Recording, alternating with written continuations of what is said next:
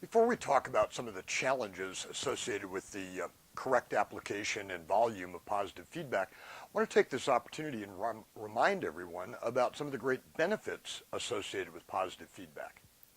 When you provide the proper levels of positive feedback, performance of your team and performance of the overall organization improves.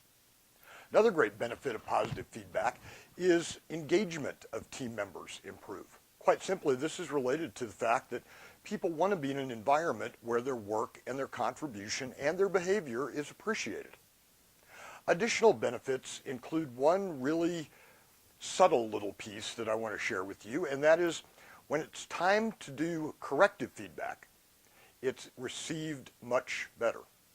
One of the great problems associated with corrective feedback and why corrective feedback sometimes goes south and goes bad is that a team member, when all they hear is what they do wrong, tends to react really, really poorly the next time you say, hey, you got a minute, can I talk to you?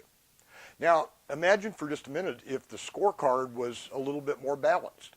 If that team member had heard higher volumes of positive feedback along the way, and now you're going to talk to them about something they're not doing as well as they could, they're going to receive that and deal with that in a much better, more receptive, less adversarial kind of manner.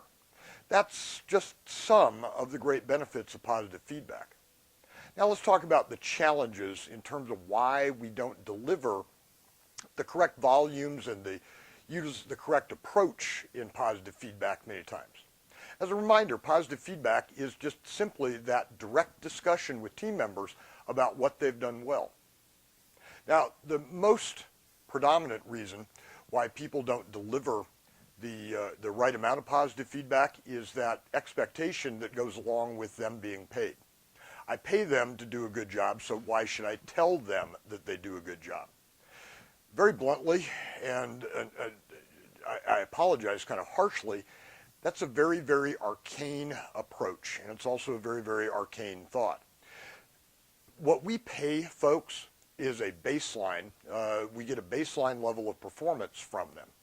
If incrementally we want higher levels of performance, we want to provide positive feedback to get that increasing and incrementally higher level of performance. Again, what we pay them for is just kind of a bare minimum standard. If we want more from them than that, we need to provide positive feedback. Now, many of us probably worked for bosses over the years that, told us things like, I don't need to tell you you're doing a good job. I give you a check every couple of Fridays or every other Friday. Well, again, that really isn't the right way to condition and reinforce positive behaviors and positive performance in our team members. A couple of the other common objections to providing the correct amount of positive feedback include, you know what, I don't hear it from my boss, so why should I provide it to my team members? That approach is fatally flawed because what it's doing is perpetuating a poor behavior. I'm sorry that your boss doesn't provide you the level of positive feedback that you should, but that's no excuse not to provide it to your team members. Another real common objection that we hear pretty frequently is if I provide them too much positive feedback, it's going to spoil them. It's going to make them crave more and more of it. Well, you know what? That's true. And as long as they're continuing to perform well, they should be hearing that positive feedback.